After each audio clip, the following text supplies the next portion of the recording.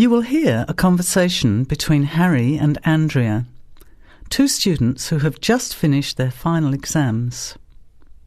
First, you have some time to look at questions 1 to 5.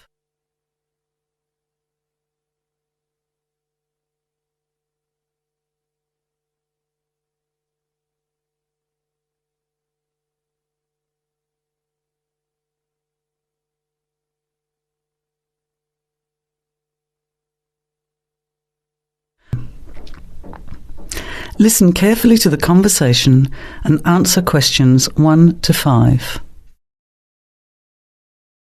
Hi Andrea, how are you feeling now that exams are over? It's fantastic to have finished, isn't it? And to sleep in every morning. What about you? Well, I've been catching up on sleep too, but I've got a lot to do before I leave for England. Perhaps you could give me some advice. I've got a lot of things I can't possibly take back with me, but I don't know what to do with them. Well, it depends on what sort of things they are and whether you're thinking of giving them away or selling them. Well, almost everything. Furniture, the fridge and other kitchen stuff that I bought from the previous tenant. But the new people have already got what they need, so they're not interested in buying stuff from me. I can't afford to give it away, but I'm not sure how to sell it all. Oh, and there are some clothes and books as well. Why can't you take them? The books are really heavy. It's so expensive if you exceed the airline baggage allowance. And the clothes just won't all fit in my suitcase. It's amazing how much stuff I've accumulated since I've been here. Anyway, I don't think I'll need as many summer clothes in England as I have here in Australia. I see. Well, there are several alternatives. First of all, you could put up notices around the university about the books. You know, on the notice boards in the Student Union building and in the economics department. Anywhere second and third year students will see them. People are always keen to buy cheap textbooks. OK, what should I say on the notices? Just put the titles, authors and price you want, your name of course, and maybe put your phone number on those little tear-off tags. That's a good idea. And what about the furniture? You could try doing the same thing, but usually students are away all summer, so they don't want to buy furniture now. Another place to try might be a second-hand shop. Someone from the shop will usually come around and give you a free quote, and then you can decide. But you don't usually get much money for that sort of stuff. Before you hear the rest of the conversation, you have some time to look at questions 6 to 10.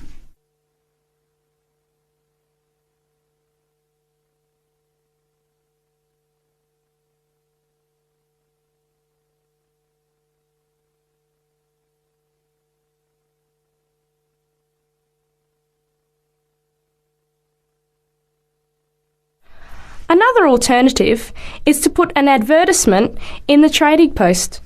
Do you know that paper? It comes out every week advertising things people want to sell. You have to pay to put the advert in and then hope people phone.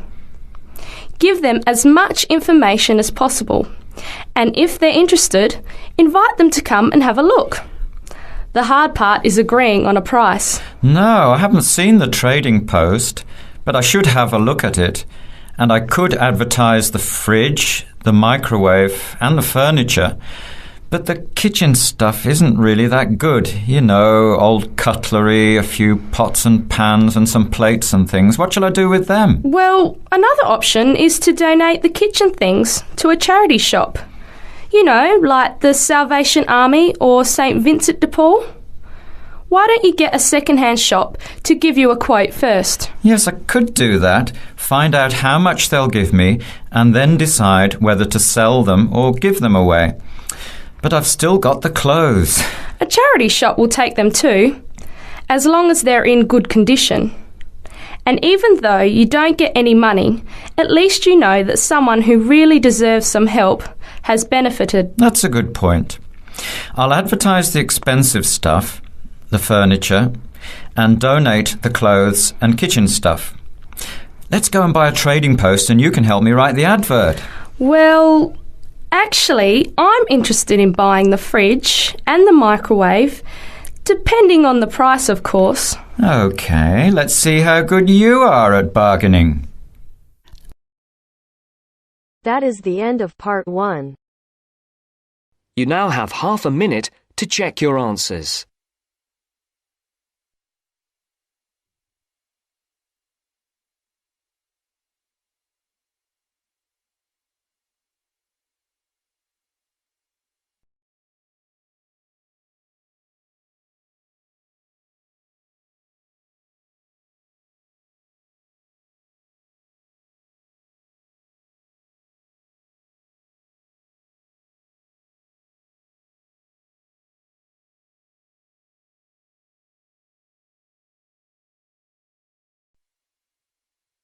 Now turns to part 2.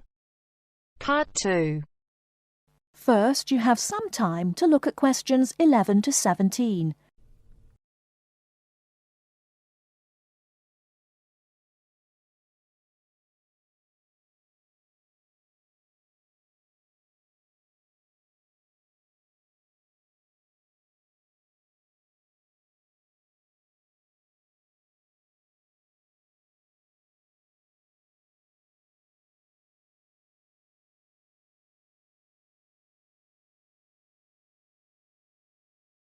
Now, listen carefully and answer questions 11 to 17.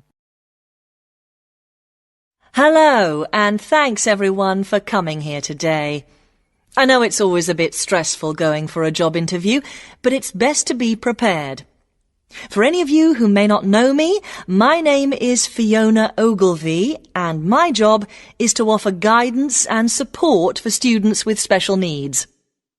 Now, you wouldn't be here today if you weren't interested in finding a job in the holidays.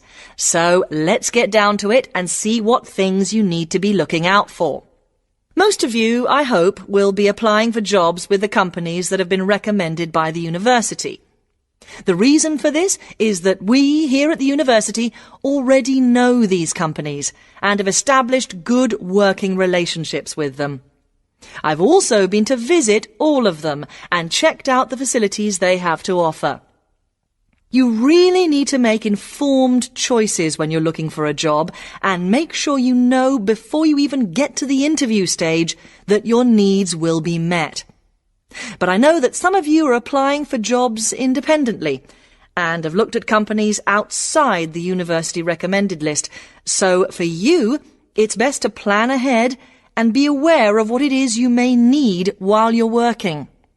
Things that you need to check when you go for an interview are there enough toilet facilities and are these easily accessible?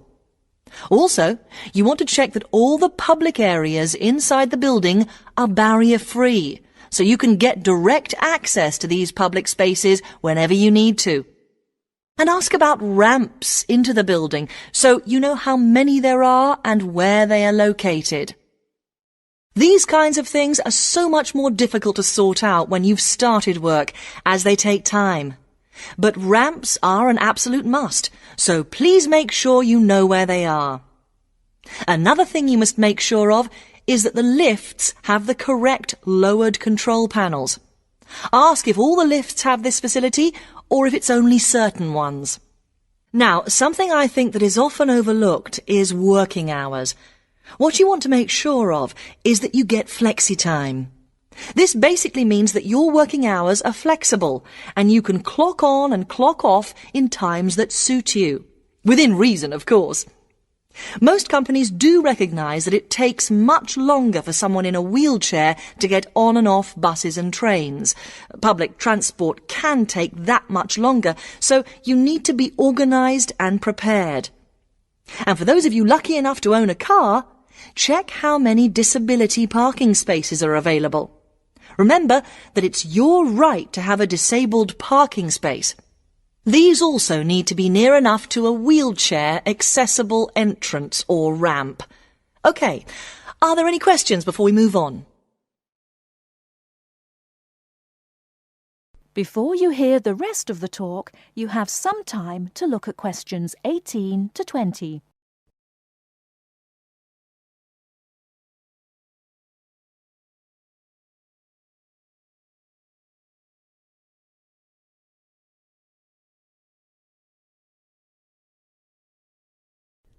Now listen and answer questions 18 to 20.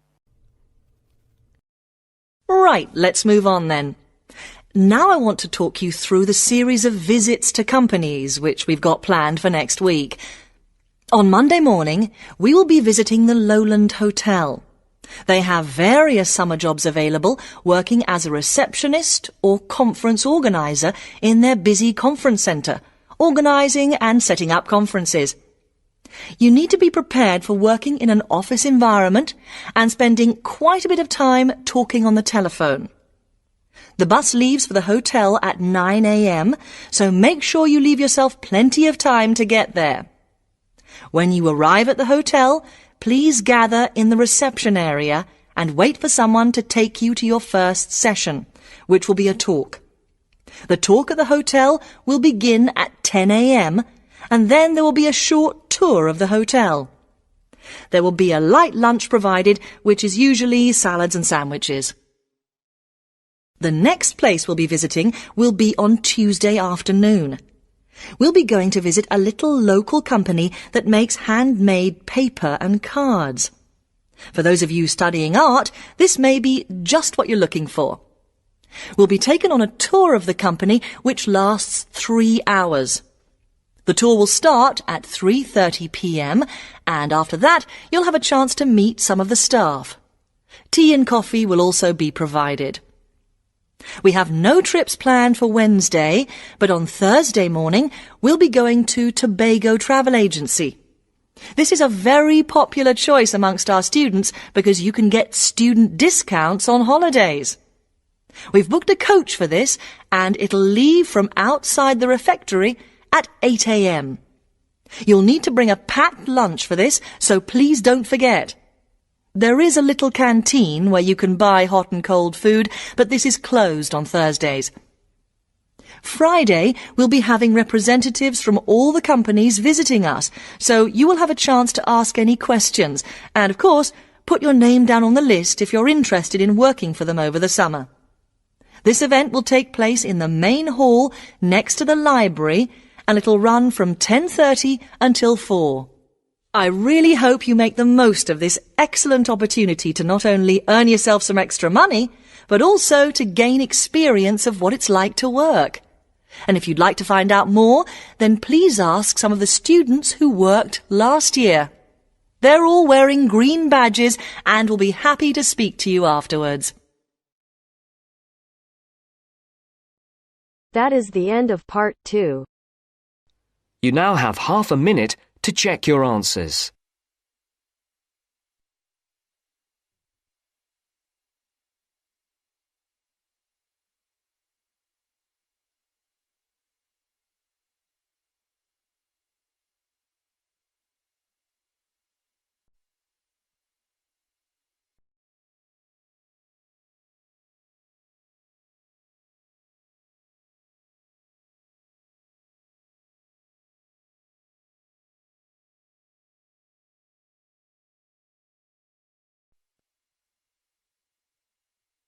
Now turns to part 3.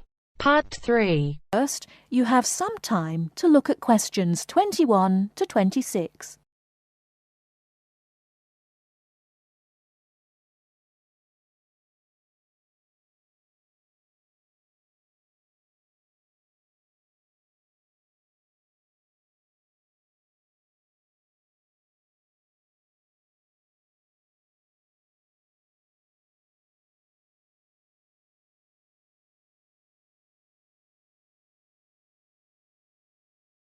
Now listen carefully and answer questions 21 to 26.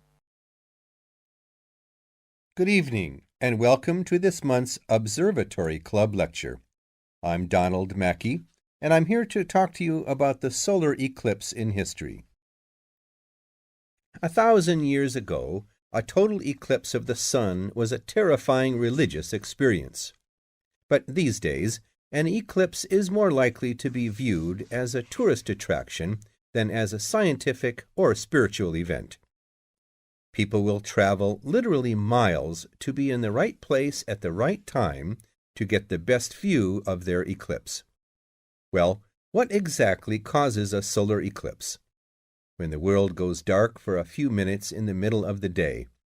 Scientifically speaking, the dark spot itself is easy to explain. It is the shadow of the moon streaking across the earth. This happens every year or two, each time along a different and, to all intents and purposes, a seemingly random piece of the globe. In the past, people often interpreted an eclipse as a danger signal heralding disaster, and in fact, the Chinese were so disturbed by these events that they included among their gods one whose job was to prevent eclipses. But whether or not you are superstitious, or take a purely scientific view, our earthly eclipses are special in three ways. Firstly, there can be no doubt that they are very beautiful. It's as if a deep blue curtain had fallen over the daytime sky as the sun becomes a black void surrounded by the glow of its outer atmosphere. But beyond this, total eclipses possess a second, more compelling beauty in the eyes of us scientists, for they offer a unique opportunity for research. Only during an eclipse can we study the corona and other dim things that are normally lost in the sun's glare. And thirdly, they are rare. Even though an eclipse of the sun occurs somewhere on Earth every year or two, if you sit in your garden and wait, it will take 375 years on average for one to come to you. If the moon were any larger, eclipses would become a monthly bore. If it were smaller, they simply would not be possible. The ancient Babylonian priests, who spent a fair bit of time staring at the sky, had already noted that there was an 18-year pattern in their recurrence, but they didn't have the mathematics to predict an eclipse accurately. Before you hear the rest of the talk, you have some time to look at questions 27 to 30.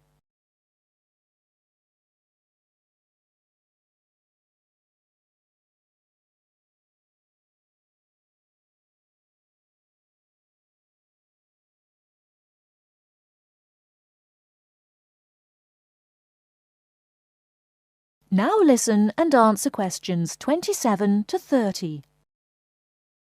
It was Edmund Halley, the English astronomer, who knew his maths well enough to predict the return of the comet, which incidentally bears his name, and in 1715 he became the first person to make an accurate eclipse prediction.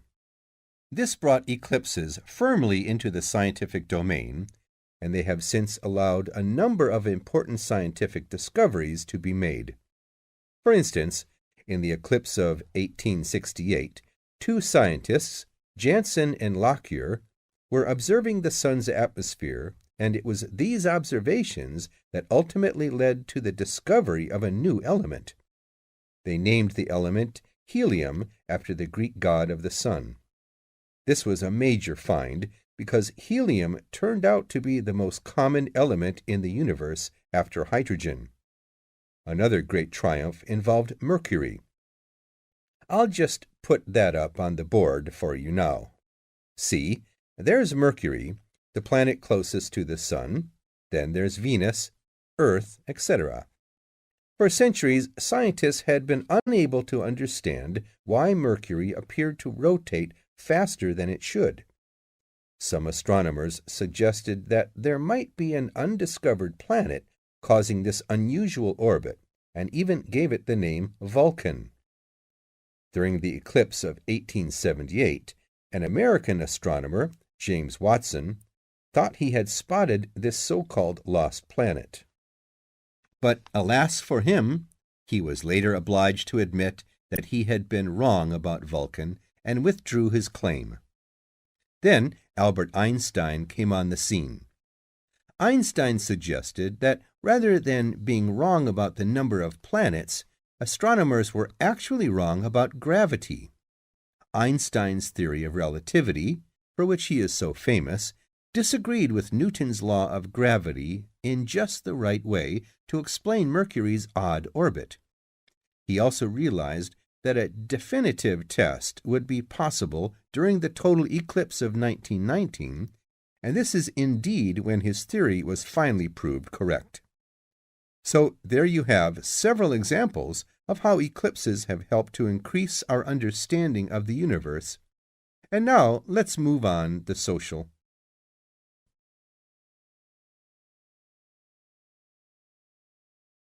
That is the end of part 3. You now have half a minute to check your answers.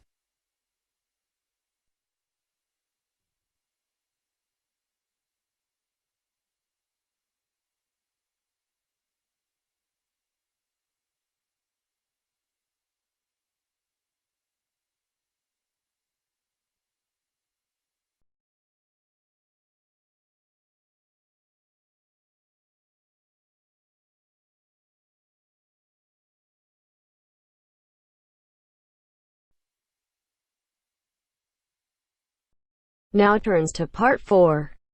Part 4. Well, it's the beginning of the digital age, and technology is all set to completely revolutionise the way we watch TV, videos and DVDs and play computer games at home. First, you have some time to look at questions 31 to 40.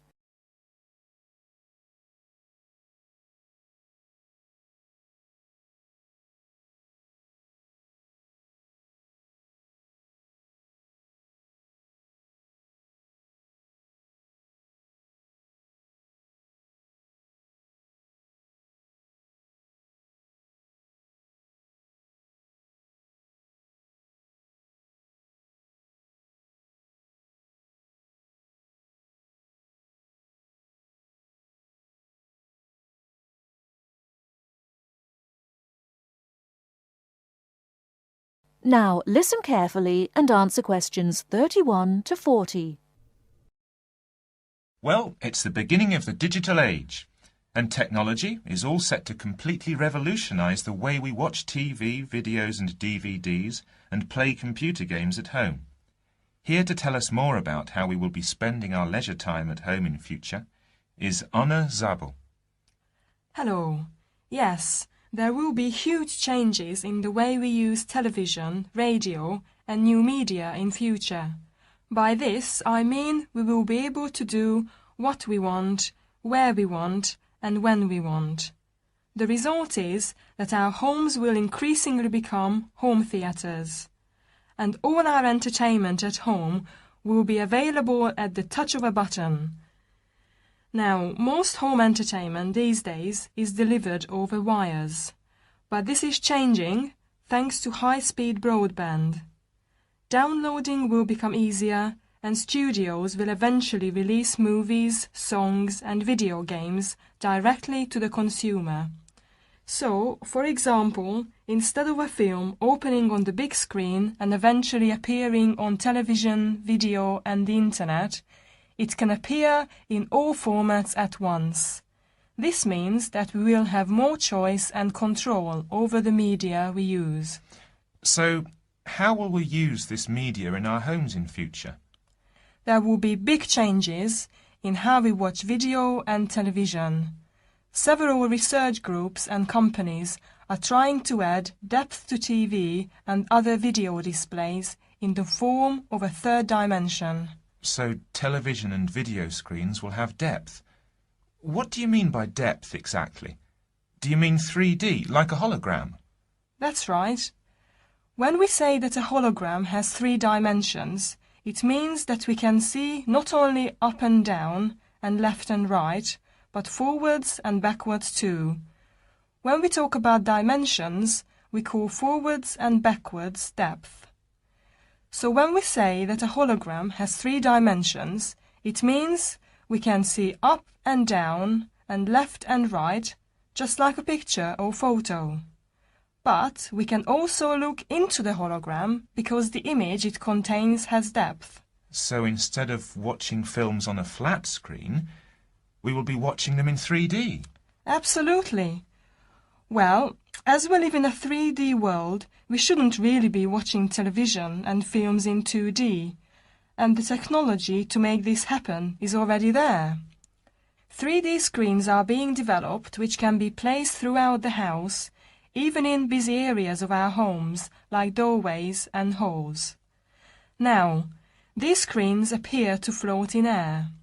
So in the future, 3D holographic images will be sent into our homes, and we will be able to experience the action as if it is taking place right in front of our eyes. So, the action won't just look real, it will be real. Incredible! How does this technology work? Well, to get true 3D, each of your eyes has to see a slightly different image. 3D screens interweave multiple images in vertical stripes using special coatings and filters built into the screen. This means that each eye sees a different set of stripes. These screens are called lenticular screens. Now, these screens are easy to produce, and some laptop PCs and cell phones already have them. However, lenticular screens do have one disadvantage. The strain on the eyes and brain of putting together a 3D image from two flat ones can result in headaches and dizziness. But a few companies have developed a hologram 3D display which does not cause these problems.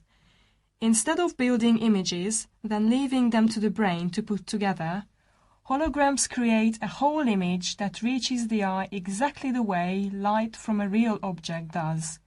You can even walk part of the way around a holographic image to see side and back views, just as you would do if the object was right in front of you. Twin holograms will let a couple watch two different programs on the same screen, even if they sit next to each other on the living room sofa. So no more arguing about which program to watch. That's right. Patio screens are being developed too. Patio screens? What are they exactly? Well, a patio screen is a big inflatable screen, which means you can take it outside your home and watch a film in your garden.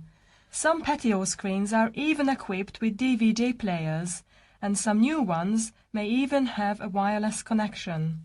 Amazing developments there. Well, join us after the break when we will be talking. That is the end of part 4. You now have half a minute to check your answers.